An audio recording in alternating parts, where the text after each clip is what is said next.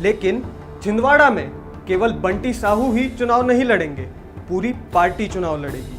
तो आखिर बीजेपी के इस गेम प्लान की क्या वजह हो सकती है? बुधवार को जिन 5 सीटों पर बीजेपी ने अपने उम्मीदवार घोषित किए हैं वो सीट हैं। भाजपा ने लोकसभा चुनाव के प्रत्याशियों की दूसरी लिस्ट में मध्य प्रदेश के 5 सीटों का सस्पेंस खत्म कर दिया है, लेकिन कोई भी चौंकाने वाला नाम इस बार सामने नहीं आया है। छिंदवाड़ा में यह माना जा रहा था कि भाजपा इस बार कोई ना कोई खेल खेल सकती है, लेकिन बीजेपी ने कमलनाथ से 2 बार विधानसभा चुनाव हारे बंटी साहू पर विश्वास जताया है। लेकिन छिंदवाड़ा में केवल बंटी साहू ही चुनाव नहीं लड़ेंगे, पूरी पार्टी चुनाव लड़ेगी। बुधवार को जिन 5 सीटों पर बीजेपी ने अपने उम्मीदवार घोषित किए हैं वो सीट हैं उज्जैन, इंदौर, धार, बालाघाट और छिंदवाड़ा। और इसी के साथ बीजेपी ने अपने 29 के 29 सीटों पर उम्मीदवार घोषित कर दिए हैं।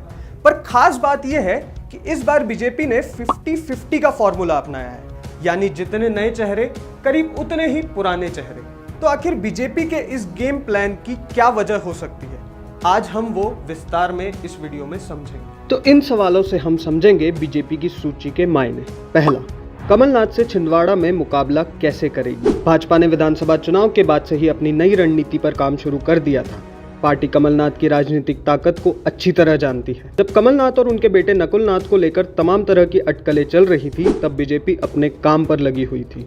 वह काम था कमलनाथ से जुड़े कांग्रेस के लोगों को अपने पाले में करना। यह पहली बार हुआ है कि छिंदवाड़ा में कांग्रेस के पूर्व विधायक से लेकर मौजूदा नगर पालिका अध्यक्ष तक ने बीजेपी का गमछा ओढ़ लिया है। दावा किया जा रहा है कि अब तक 100 से ज्यादा पदाधिकारी कमलनाथ का साथ छोड़ चुके हैं। इस मुहिम में बीजेपी ने पूरी ताकत लगाई। विवेक बंटी साहू के जरिए पार्टी ने अपने लोगों को ये संदेश भी दिया है कि जो विरोधी के सामने हर परिस्थिति में मैदान में डटा रहेगा, पार्टी उस पर भरोसा करेगी। कांग्रेस के लिए मैसेज है कि नाथ परिवार का मुकाबला बीजेपी का जमीनी कार्यकर्ता भी कर सकता है। दूसरा सवाल है, इंदौर से फिर शंकर पर भरोसा क्यों? कुछ दिन पहले इंदौर में एक सार्वजनिक कार्यक्रम में मंत्री कैलाश विजयवर्गीय ने कहा था, मुझे उड़ती उड़ती खबर मिली थी कि शंकर जी का टिकट इसलिए कटा है क्योंकि महिला को देना है। इसके बाद लालवानी की दावेदारी को लेकर सवाल उठने लगे। हालांकि विजयवर्गीय ने अपनी उड़ती उड़ती बातों को मजाक बताकर उठ रहे सवालों की आग को ठंडा करने का प्रयास किया। आखिरकार सिंधी जाति को प्रतिनिधित्व देने का फैक्टर लालवानी के पक्ष में गया। तीसरा सवाल है, टिकट देने में बड़े नेताओं की पसंद का कितना ध्यान रखा गया? पूर्व मुख्यमंत्री शिवराज सिंह चौहान की पसंद का खास ध्यान रखा है। पहली लिस्ट में 24 में से करीब 12 नाम शिवराज के करीबी हैं। दूसरी लिस्ट की 5 सीटों में 2 सीटें ऐसी हैं जहां उनकी पसंद को तवज्जो दी गई है। ग्वालियर चंबल की कुछ सीटों पर विधानसभा अध्यक्ष नरेंद्र सिंह तोमर की पसंद को महत्व दिया गया। वहीं प्रदेश अध्यक्ष वी.डी. शर्मा और मंत्री प्रहलाद पटेल की राय को भी महत्व मिला। अब चौथा सवाल आता है कि 8 सांसदों के टिकट क्यों काटे? पहली सूची में पार्टी ने 6 सांसदों के टिकट काटे। दूसरी सूची में 2 सांसदों के नाम पर पार्टी की कैंची चली। इनमें धार और बालाघाट हैं। धार सीट भाजपा के लिए रेड जोन में रही है। विधानसभा चुनाव के रिजल्ट ने यह पार्टी की चिंता बढ़ा दी है। संसदीय क्षेत्र में आने वाली 8 में से 5 सीटें कांग्रेस ने जीती। लोकसभा चुनाव से तुलना करें तो यहां पार्टी वोटों के हिसाब से घाटे में रही। इसी वजह से पार्टी ने यहां किसी तरह की रिस्क नहीं ली और वरिष्ठ सांसद छतर सिंह दरबार का टिकट काटकर सावित्री ठाकुर को मैदान में उतारा, जो 2014 में लोकसभा चुनाव जीत चुकी हैं। बालाघाट में सांसद ढाल सिंह बिसेन का टिकट कटना पहले से ही तय था, क्योंकि पिछली बार उन्हें मंत्री रहे गौरीशंकर बिसेन की पसंद के कारण मौका मिला था। इस बार बिसेन खुद अपनी बेटी मौसम के लिए टिकट मांग रहे थे। यहाँ युवा मोर्चा के प्रदेश अध्यक्ष वैभव पवार भी दावेदार थे, लेकिन महिला कोटे की वजह से भारती पारदी को मौका मिला है। भारती को पार्षद से सीधे सांसद का टिकट मिला है।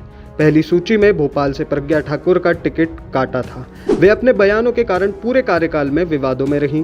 ग्वालियर सांसद विवेक शेवलकर एज फैक्टर के कारण बाहर हुए। सागर के राज बहादुर सिंह परफॉर्मेंस के मामले में पीछे रहे।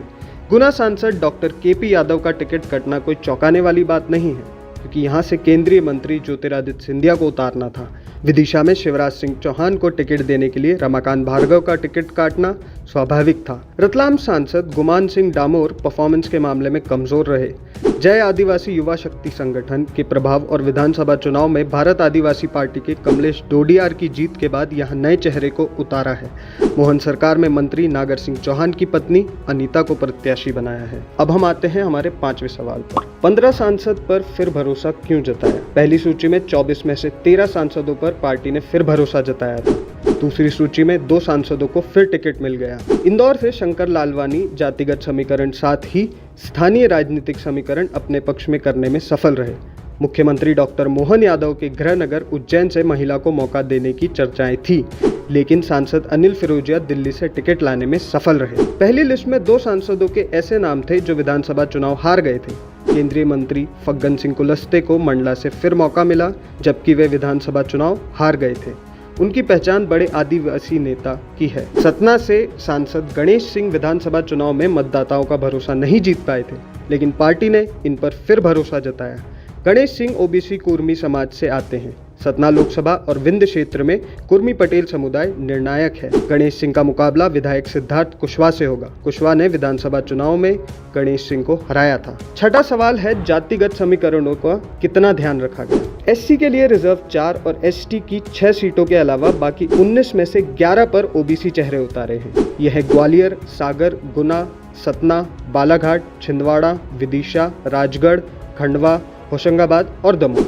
मध्य प्रदेश में ओबीसी आबादी 55% से ज्यादा है। 27% आरक्षण का मुद्दा कोर्ट में चल रहा है और भाजपा कांग्रेस ओबीसी आरक्षण को लेकर एक दूसरे पर आरोप लगाते रहते हैं।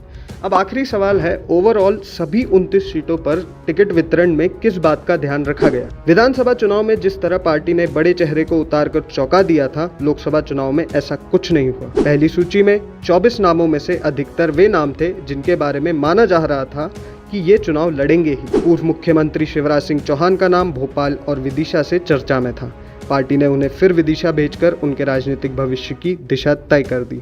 गुना या ग्वालियर से किसी एक सीट से केंद्रीय मंत्री ज्योतिरादित्य का चुनाव लड़ना लगभग तय था। गुना से उनका नाम तय हो गया है। सभी 29 नामों पर गौर करें तो पार्टी की रणनीति पता चल जाती है। नए चेहरे को भी मौका और पुरानों पर भरोसा। बीजेपी ने तो मध्य प्रदेश में अपने सारे धुरंधर उतार दिए हैं, लेकिन कांग्रेस की दूसरी सूची में कांग्रेस ने अभी तक सिर्फ 10 उम्मीदवारों के नाम घोषित किए हैं। तो अब इंतजार है तो कांग्रेस के 18 चेहरों का। तो आपको क्या लगता है, क्या बीजेपी के उम्मीदवार पिछली बार की 28 को इस बार 29 कर पाएंगे, या फिर कांग्रेस के उम्मीदवार और कांग्रेस की रणनीति बीजेपी को बड़ा झटका दे सकती है? हमें कमेंट्स में जरूर बताएं। इस वीडियो को लाइक करें, शेयर करें और हमारे चैनल को सब्सक्राइब करें।